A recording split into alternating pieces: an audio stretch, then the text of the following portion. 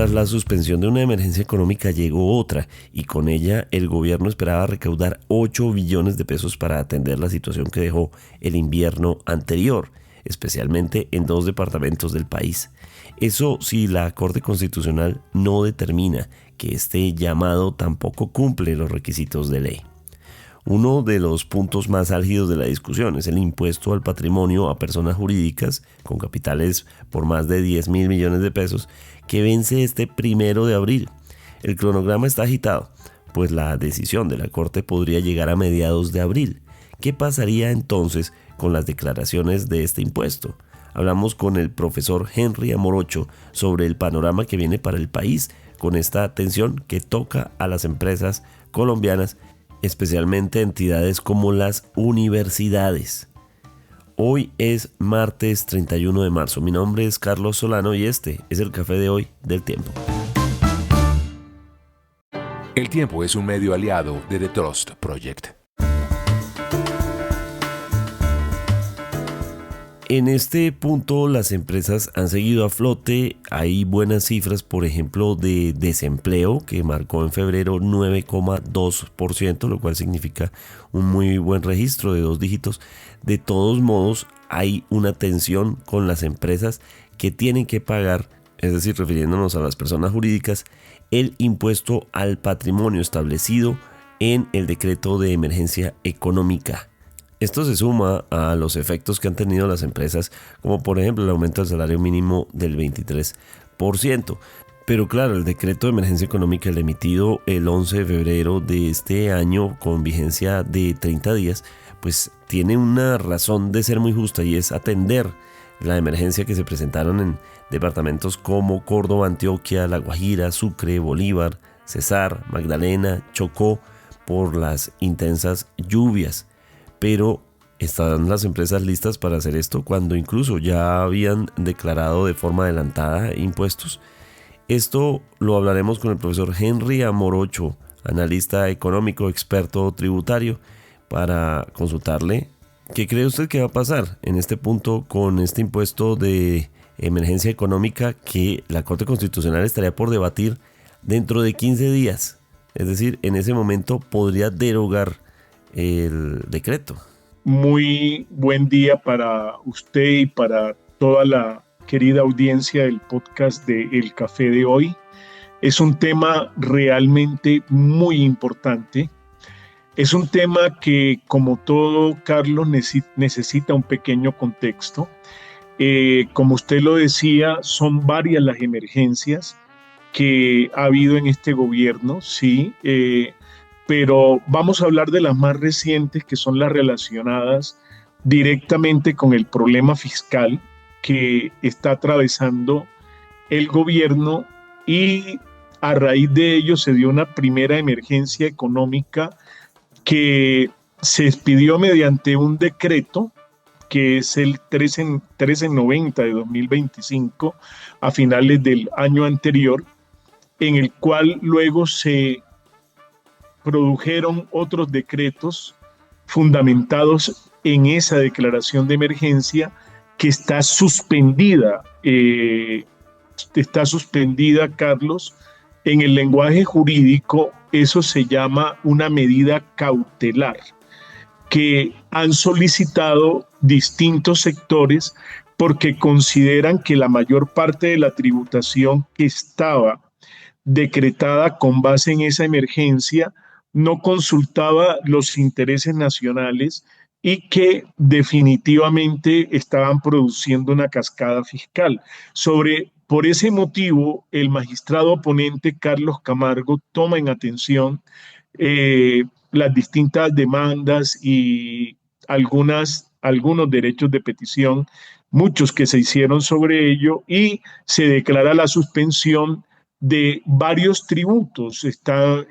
Habían varios tributos, entre ellos el impuesto al patrimonio para personas jurídicas.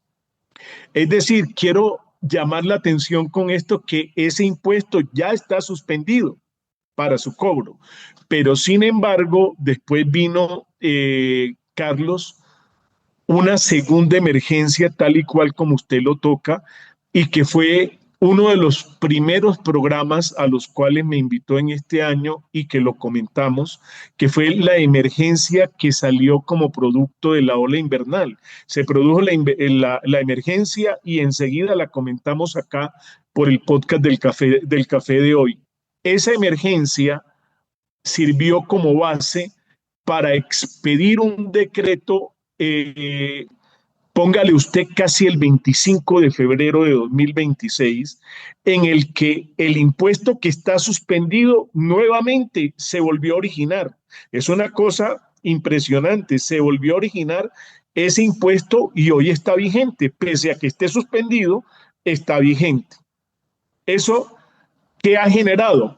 Ha generado que el 25 de febrero, diciendo que a partir del 1 de marzo se tomara la base gravable para ese impuesto y que a partir del 1 de abril, miércoles santo 1 de abril, hay que, oiga la palabra jurídica, querida audiencia, hay que declarar el impuesto al patrimonio consistente en una tarifa del 0.5% sobre la base de aquellas personas jurídicas nacionales o que tengan acá en el territorio nacional también de conformación extranjera en la cuestión organizacional, también que tengan sucursales extranjeras acá, también quedan incluidas, ¿sí?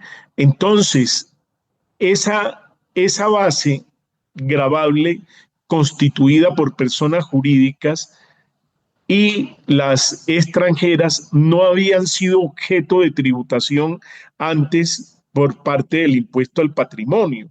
Entonces, desde luego, lo recibe la comunidad de personas jurídicas de tipo empresarial como algo muy nuevo, como algo que no tenían previsto, como algo que no tenían planificado y tiene definitivamente a todo el mundo empresarial en incertidumbre. Profesor, sobre estos sectores que han manifestado su preocupación, el que más se ha preocupado y se ha conocido en las últimas semanas es el de las universidades privadas. ¿Por qué? ¿Esto qué tiene que ver con las universidades privadas? A propósito de eso, quiero citar dos cosas para usted y para la audiencia que nos escucha en el día de hoy. Quiero decirles que ese 0.5% correspondiente a los patrimonios que tengan como base gravable las 200.000 VT, que son 10.400 millones. De 10.400 millones en adelante se comienzan a gravar, ¿sí? A partir de ese monto, sí, se va a exigir ese gravamen. Entonces, se anuncia que va a ser para grande empresa, que va a ser para universidades y que también será para aquellas pymes que tengan un patrimonio, desde luego, que clasifique en esos 10.400 millones de pesos. Esto ha generado muchísimas alertas porque póngase usted en el terreno de una empresa que ya planificó lo que va a ser su parte tributaria desde el año anterior, porque el tributo se planifica de año a año. Entonces usted lo planificó a finales de diciembre y resulta que ahora lo que usted había planificado se lo acaban porque en este año, el 25 de febrero, le dicen que toca pagar un impuesto mucho mayor. Entonces, esto ha dejado, desde luego, a todos muy mal parqueados, pero sobre todo a las universidades, porque resulta que las universidades, como son en su mayor parte fundaciones sin ánimo de lucro, Carlos, entonces no pagan, no son sujetos pasivos de impuesto de renta, ¿sí? Y al no ser sujetos pasivos de impuesto de renta, en la parte contable en materia tributaria, no los hace desde luego sujeto pasivo del impuesto al patrimonio. Allá hay ya una divergencia de tipo tributario y de tipo legal que tiene que ser discutida en la Corte y que la Corte Constitucional tiene que colocarle claridad, porque las universidades, a no ser sujetos de impuesto de renta, tampoco lo son de impuesto al patrimonio, pero le están cobrando impuesto, le van a exigir impuesto al patrimonio. Y desde luego las universidades están bastante confusas con estos, pero además están muy confusas con esto, Carlos, por una gran razón. ¿Cuál es la razón por la que están confusas? Porque resulta que para nadie es un secreto que la educación a raíz de lo que ocurrió en pandemia fue uno de los servicios más afectados, Carlos, y las matrículas se bajaron bastante. Y en este momento muchas universidades están en dificultades financieras porque sus matrículas no se han recuperado completamente. Yo le calculo que en un promedio, las matrículas en la mayor parte de las universidades se ha reducido en un rango entre el 40 y el 50%. Es un golpe financiero fuerte. E igualmente, desde luego, para poder pagar el impuesto que se lo exigiría en declaración a partir del 1 de abril, Carlos, van a tener que hacer muchas maromas. ¿Por qué? Porque resulta que, saliéndome de las universidades y ahora pasándome a las empresas, resulta que a las empresas que sí son sujetos de impuesto de renta, que es la base para liquidar el patrimonio, ya pagaron el impuesto de renta del año 2026, Carlos. Ya lo pagaron porque resulta que el Ministerio de Hacienda hace por segunda vez una solicitud anticipada del impuesto de renta. Lo hizo cuando José Antonio Campo era ministro en el año 2023 y lo hace ahora que el señor Germán Ávila es ministro de Hacienda por segunda vez. Es decir, ya el impuesto de 2026 ya lo pagaron las empresas. Entonces ya liquidaron parte del patrimonio y a estas alturas tienen una confusión altísima de cuánto es lo que en realidad tienen que pagar. Y la DIAN, desde luego, no ha acordado nada de eso, no ha dicho nada de eso. Entonces, desde luego, esto parece un galimatías jurídico, porque se ha planteado un impuesto que ya se anticipó, ya se cobró parte del impuesto al patrimonio con el pago del impuesto de renta, y desde luego, por haber pagado el impuesto de renta antes de su tiempo, la mayor parte de las empresas tienen unos problemas de liquidez porque ese dinero lo deben pagar las empresas entre junio y agosto. Y lo pagó el año pasado. Entonces ellos vienen con unas dificultades de liquidez que los tienen bastante apretados, y para poder pagar este impuesto que les sale ahora, que repito, se originó el 25 de febrero nuevamente después de su suspensión, y para poder responder con la declaración de renta el 1 de abril para pagarlo después, porque yo creo que eso es lo que van a terminar haciendo, Carlos, la mayor parte de las empresas, que lo van a declarar primero y lo van a pagar después, quizás con la esperanza de que la Corte Constitucional declare inexequible este impuesto por todas las cosas que acabamos de decir.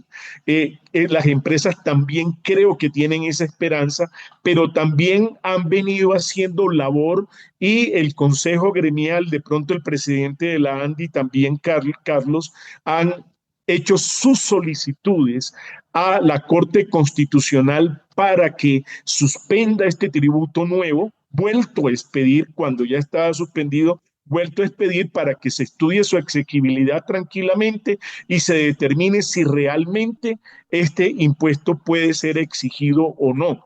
Entonces, ¿qué quiero decir con esto? Que esto está muy cerca. En 2 días es 1 de abril. Ese día, como el decreto sigue vivo, como el decreto es legal, como el decreto tiene presunción de legalidad, todas las empresas van a tener que presentar esa declaración. Eso no implica que directamente lo tengan que pagar el mismo día, lo podrán pagar después porque la legislación lo permite, pero presentada la declaración, si no lo pagan ese día, comienzan a correrle los intereses moratorios. Entonces, lo que se espera, Carlos, es que la Corte Constitucional tome una medida urgente, porque la medida es muy urgente, porque la medida está dejando a las empresas sin liquidez. Además de que las está dejando sin liquidez, le va a hacer tomar determinaciones muy complicadas, porque para poder responderle al gobierno, muchas empresas se van a tener que endeudar.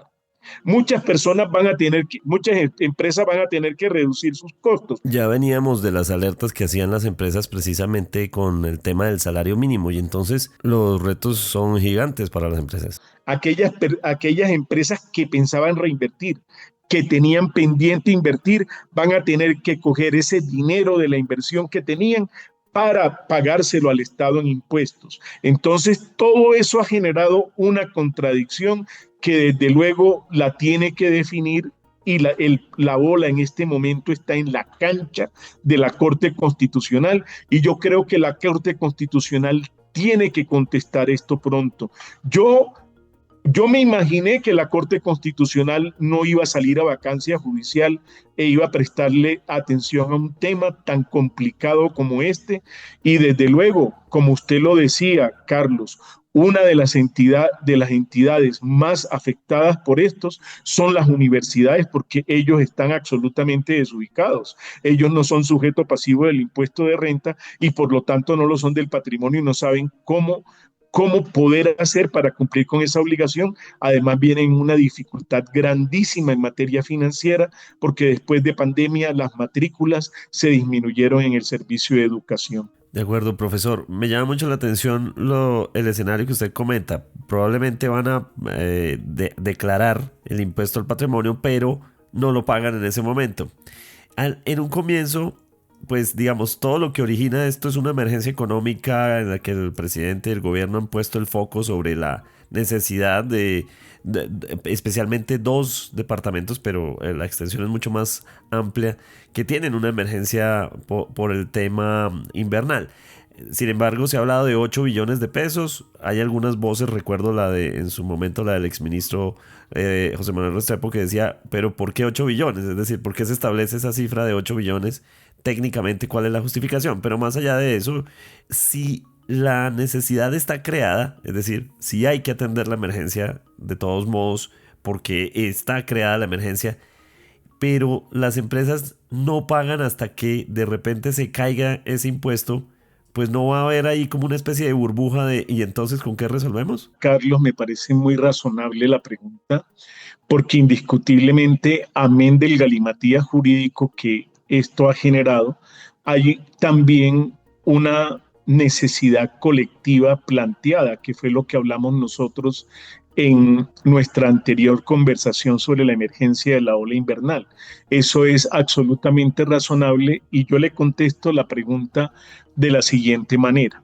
Recientemente hizo una auditoría el Contralor General de la República, en lo que manifiesta el Contralor General de la República que hay unas disonancias entre lo que dice el gobierno que vale la emergencia por la ola invernal y lo que realmente se va a recaudar por el impuesto al patrimonio. Yo le dije en ese entonces a usted que a mí me parecía que las cuentas daban una cifra entre 12 y 13 billones de pesos, el recaudo de ese impuesto. Y hoy esa cifra la está diciendo la Contraloría General de la República 2 meses después, Carlos. Esa es la cifra, la habíamos advertido nosotros en el café de hoy sobre la ola invernal. ¿Qué sucede? El señor Contralor dice, qué pena con el gobierno, pero nos va a tener que detallar paso a paso cada uno de los gastos donde van a ir planificadamente los recursos que se recojan de la ola invernal para saber exactamente cuánto verdaderamente es que vale la ola invernal, porque dicen que vale 8.6 billones, pero no han demostrado de dónde salen. Y nosotros nos parece que los recursos de la ola invernal valen solamente eso, 8.6 billones, y no valen los 13 que se van a recaudar. Entonces la gran pregunta es, ¿qué pasa con los otros 5 billones que van a recaudar y que no se necesitan y que están afectando a una gran comunidad de empresas de un país que apenas, Carlos, como lo comentábamos ese día, comienza a meterse en una recuperación económica donde se viene pasando de un crecimiento del 1.7 al 2.6, se esperaba crecer al 2.8 ahorita, pero dadas las cosas que vienen sucediendo, incluso este cobro de impuestos e incluso el problema de la guerra con Irán y otras cosas, van a hacer que el asunto se corra a 2.6. Es decir, que en este año no crezcamos más, que la economía básicamente siga creciendo, pero siga creciendo en el mismo punto donde venía.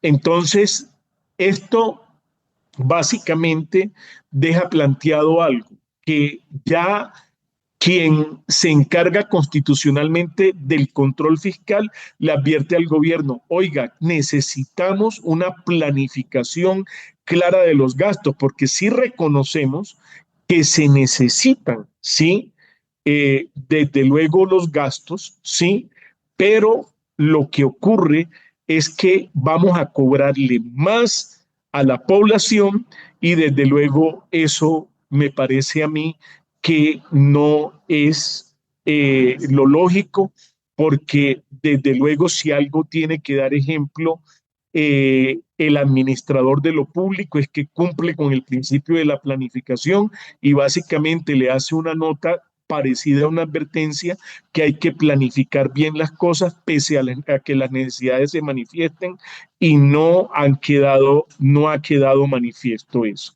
Es en ese punto. Entonces, también advierto y yéndome en referencia a nuestro programa anterior, Carlos, en el final del programa yo decía exactamente que era bueno hacer una fórmula mixta, ¿sí?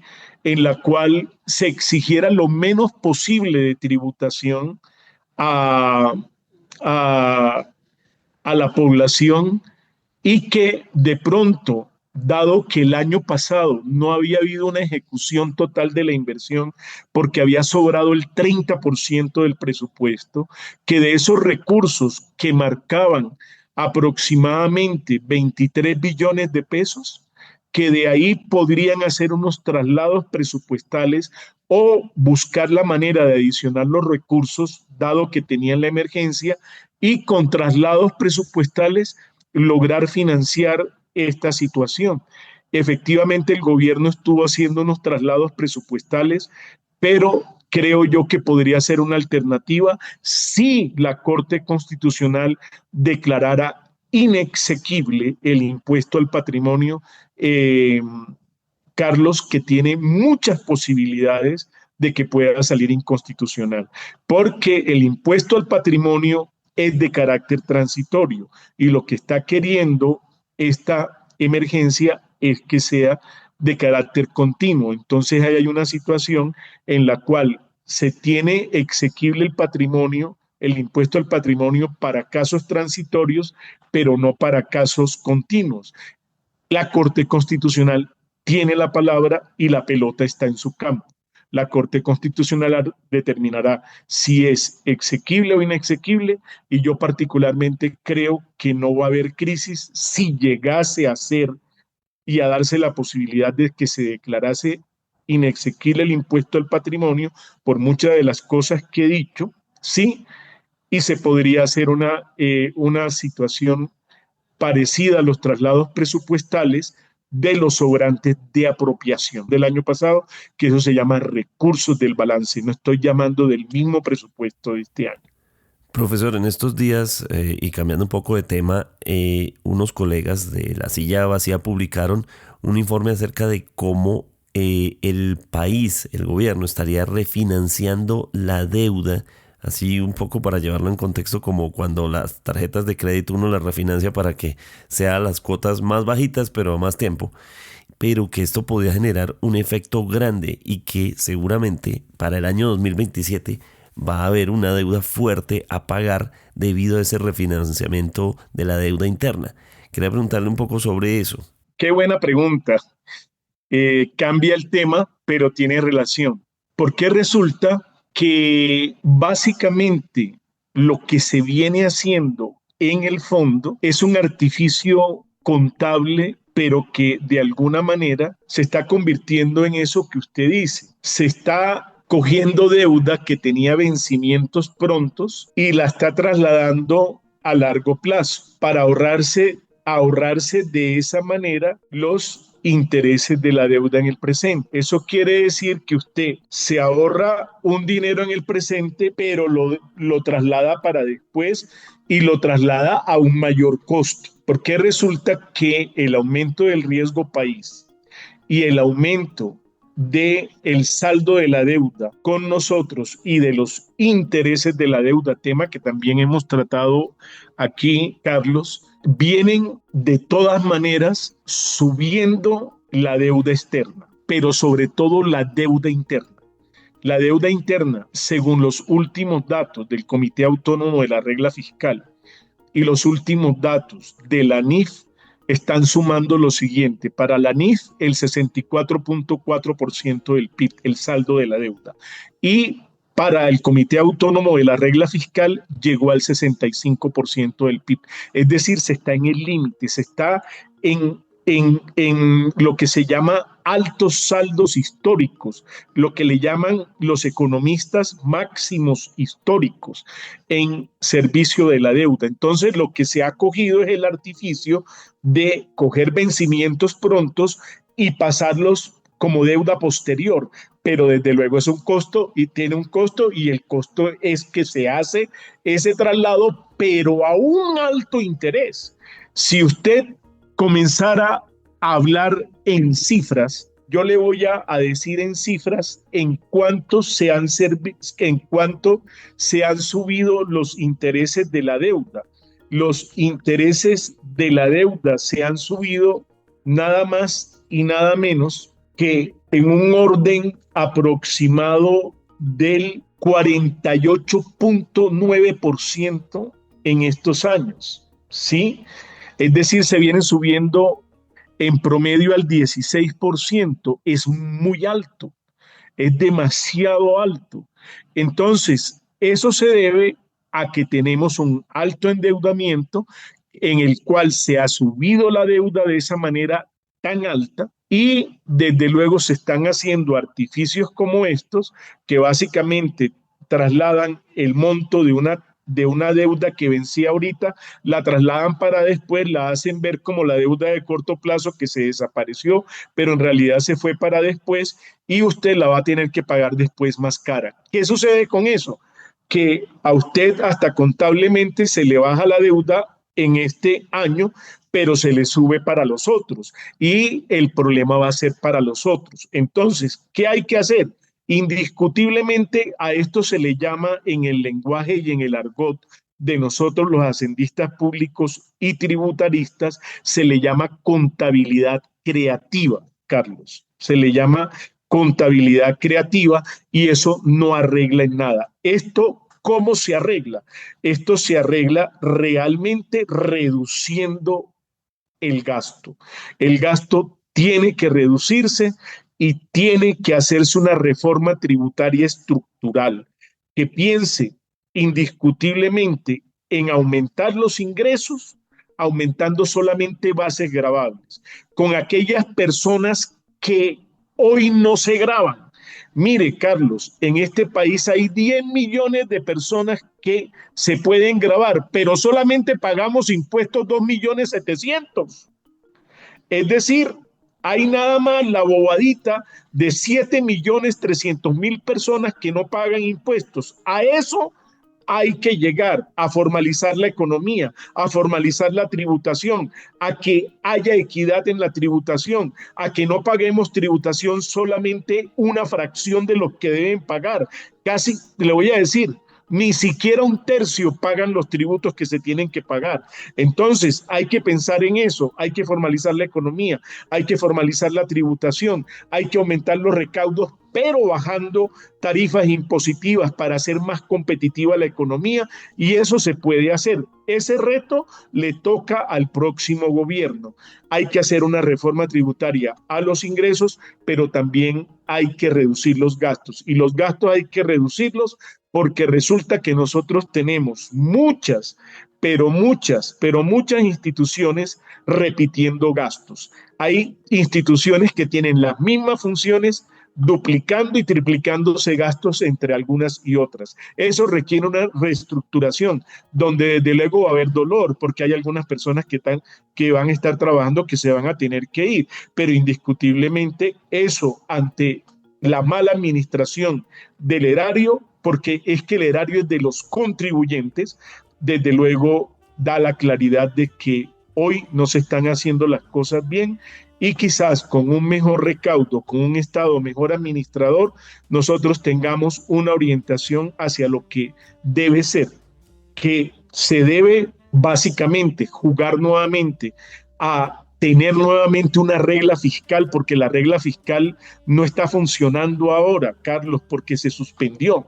Entonces, tenemos que tener nuevamente la regla fiscal, tenemos que tener mayores ingresos, tenemos que tener unos gastos mejor planificados, incluso el Contralor se lo acaba de decir al señor presidente de la República, y desde luego hay que ponerle orden al manejo de las finanzas públicas.